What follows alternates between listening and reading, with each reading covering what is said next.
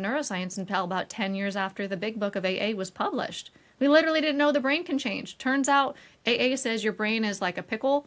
It's a cucumber, and at a certain point in your drinking, you go to a pickle, and then you're always an alcoholic for life. And so you get this locked in, learned helplessness, and then you get a lifetime sentence to Bill's religion, where you have to do free labor exploitation, meaning you have to like give your time to the cause, sponsor people, service commitments, whatever.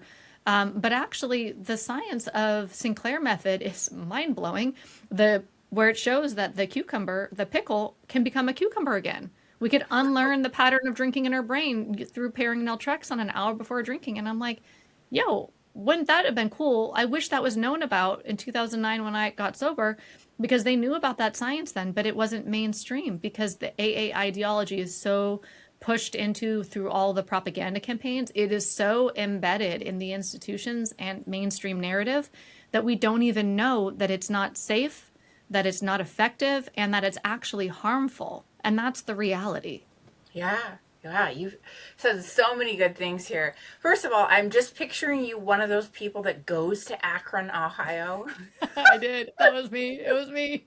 I love that so much. 2018 Founders Day with my sponsee, Akron, Ohio. Yes. Yep. Oh, yes. You were so that bitch. And I True love believer vibes. I love that for you. Culted up. I was culted right in. I'm loving that for you.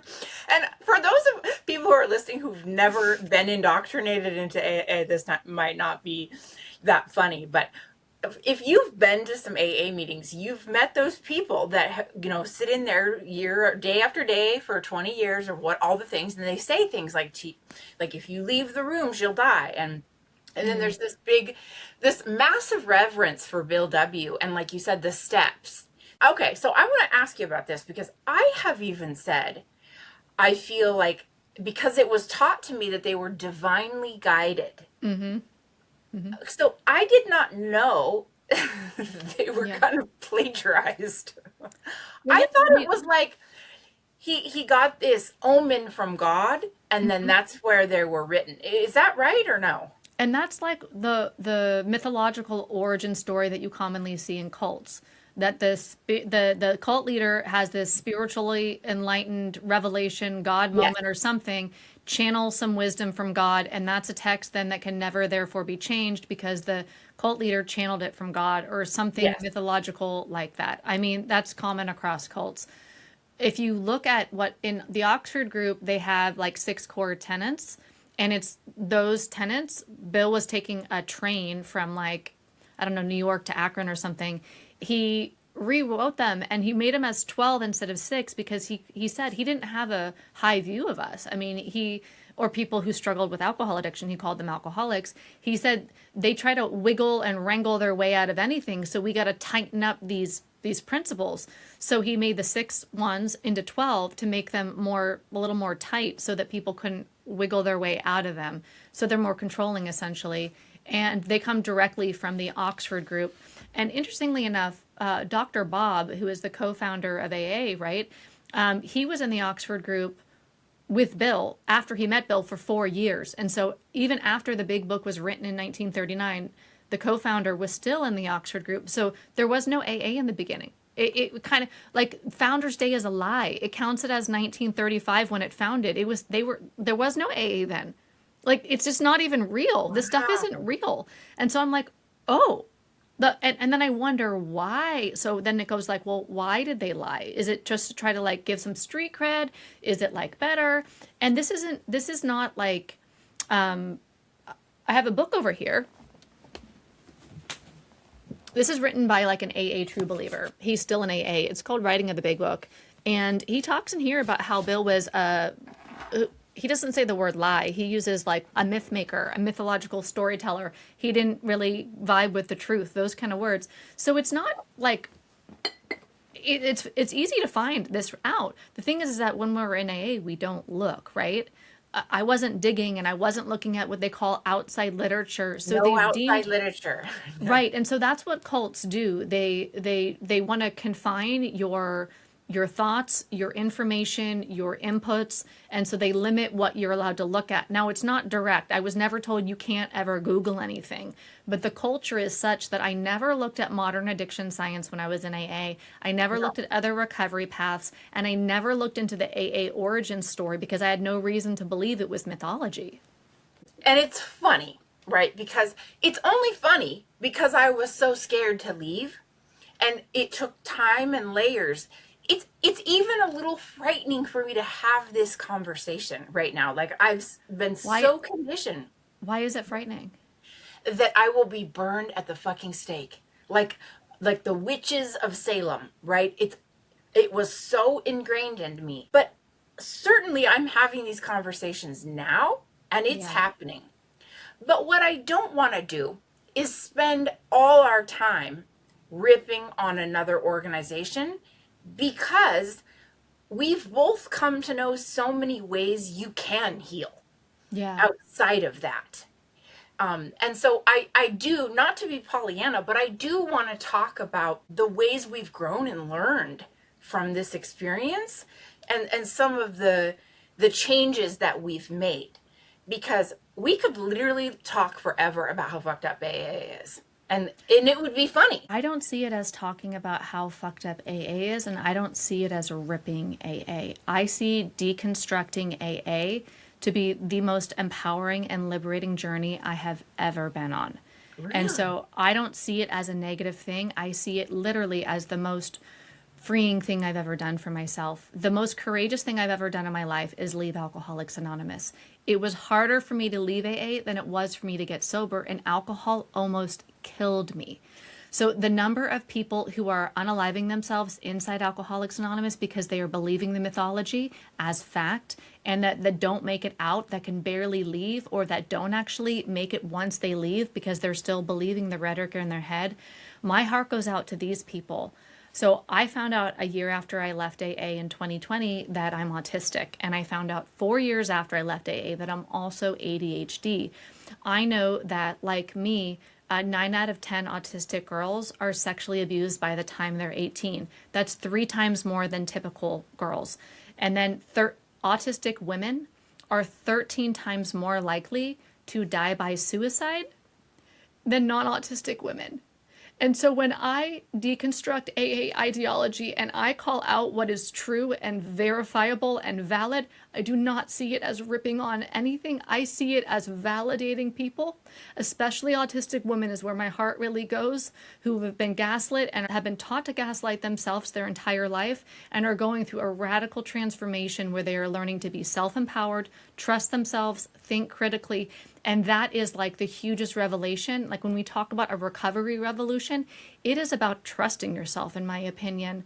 So I understand that people perceive me like all types of way, and people get very offended when you speak against something that they believe very dearly. But this conversation is very important as well. And it is not hateful. It is not resentful. It is not bitter. It is not angry.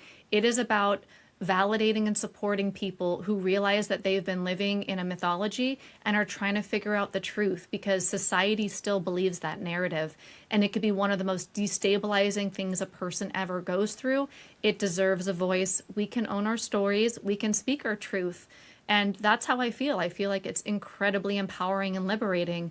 And I don't hate AA. I am not anti-AA. I don't want it to go away. But if we can't tell the truth about a harmful system, that's not us being harmful. That's the system being harmful. But because the mainstream narrative is so much like AA is sacred and a third rail, a holy grail, Yes. or whatever that you can't touch, a sacred cow, it's like, no, bro, any system that's harming people systematically can be talked about. And if we, safe groups, so the way that they define, like differentiate safe groups from high control groups versus cults, safe groups allow all feedback. They want to know the feedback Yes. because they want to get better. So I'm really, these days, I've been speaking up for the people who are feeling crazy, who are told that they are crazy, who are wondering if it's feeling like they're going to pick up again because they were told they were. That becomes a self-fulfilling prophecy. It's like, no, you are so freaking powerful. No, it is not true. It is not dangerous. You may need more support. I needed therapy for 6 months when I left AA to help me get some of AA out of my head. To me, AA in my head was dangerous, not leaving AA. A lot of people leave AA and don't deprogram. And for me, that would have been a mistake because I keep regaining more pieces of myself. The shame and the fear conditioning go so deep. The guilt can run really deep too. And we deserve a healing. We deserve to know that no, we can trust ourselves. Yeah, it is a kind of a nut system. It's okay if you're still in AA. And it's okay if you left and you're questioning. It's okay to be who you are. Like, Yeah, wow. Well, thank you for that. Like, you kind of put me in my place, but I'm loving it because I have a tendency to go, like, I joke a lot and then I go Snarkosaurus Rex. But you're right. You are right. Like, we should be able to talk about all this because part of the deprogramming and the healing, not to sound corny, but is to be able to call it out. These are harmful systems and they're gaslighting the fuck out of people. They're scaring people. Okay, I'm really interested in, I've seen your work talking about the gaslighting in particular of your neurodivergence because I think it's really important that we talk about yeah. that it was sort of pathologized. So much of AA like if you don't follow suit exactly how they want it to be, then they pathologize that against you. That's your disease. That's because you're in denial. You're fucked up. All the things. It's my favorite, your defect of character. Oh, for folklore. But what was your experience and how did you get through this as a woman who's neurodivergent? Yeah. So I always knew I was different. And that's part of why AA was clicking in for me. Also, when I was in early sobriety, I told my sponsor, I think I'm ADHD. Like I was having all the symptoms and they were really bad in early sobriety. I was also coming off of benzos. I'd been on Klonopin twice a day with my psychiatrist for anxiety. So they took me off those in rehab. And so I got sober in 2009. So the first 2.5 years of my sobriety, I was just having like one long anxiety attack. It felt like coming off benzos, post-acute withdrawal syndrome, had no coping skills for my dysregulated nervous system. I was autistic and ADHD and didn't know it. Unresolved trauma. I had a lot of trauma that I had kind of tried to like pretend it didn't happen, like especially with like sexual abuse. And so I had a lot going on, but I had all the symptoms of ADHD and they were flaring up really bad. And I told my sponsor, I think I'm ADHD. And she said, no, the only problem you have is alcoholism. And the only one problem you ever have is alcoholism. And the only solution you're ever going to need is the 12 steps. And I realized that that's an individual experience, right? So that's not what everybody experiences. But I didn't even know that I should go get outside help or assessments because everything was framed as alcoholism and ADHD. Yes. And people who are ADHD are 6 times more likely to develop, well, the stats vary, but there's a lot of different studies, but they're about 6 times more likely to develop alcohol use disorder if you're ADHD, something Yes. about the dopamine deficiency or seeking out dopamine or Yes. wanting to self-medicate through something like alcohol. So that was definitely me. And so I didn't have a frame. And then also when I was 90 days sober, a guy got up, he told my story in an AA meeting. He was more than twice my age. He was the opposite like gender, the opposite sexual orientation, the opposite race, the opposite, everything was opposite on the outside, right? Couldn't have been more different from me just on the outside visually. But he got up and he talked about his thinking, his feeling, his sensing, how he perceived the world, how he felt, how he socialized.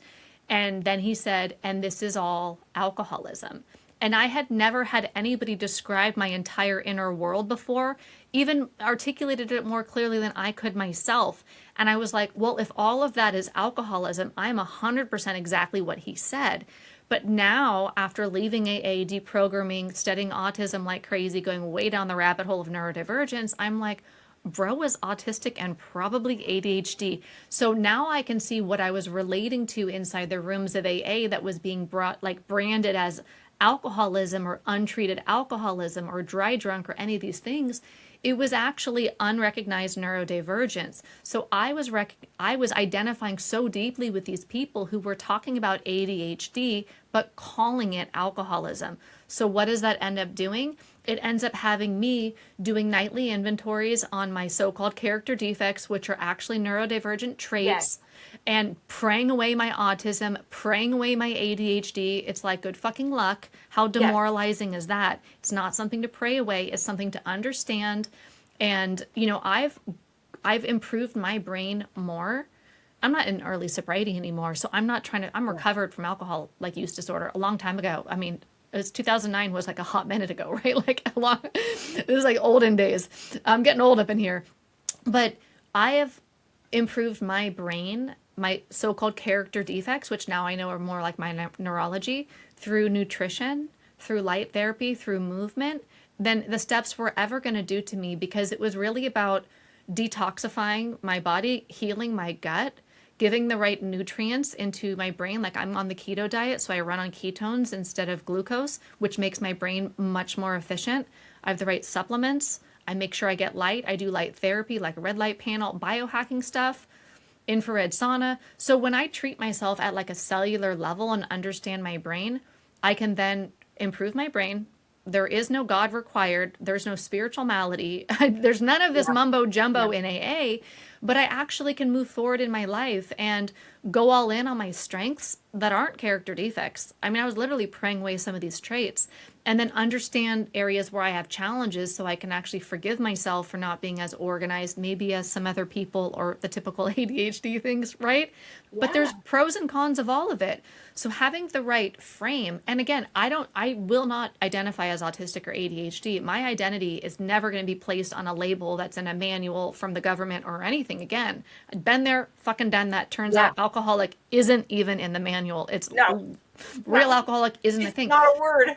And that's, I think, why I wanted to, like, I don't care how anybody else views me or perceives one talking about AA, but for me, it's important to say that I'm not bashing AA. I'm not tearing down an institution. I'm speaking up for the people like me who deserve better, who are in a system that is inherently shaming them, and they're relating to it because it's the wrong framework, and they're never going to leave, and they're never going to get better. And these autistic women are 13 times more likely to die by suicide. And some of those are in AA believing that narrative. So Yeah. I'm kind of like, we have to tell the truth.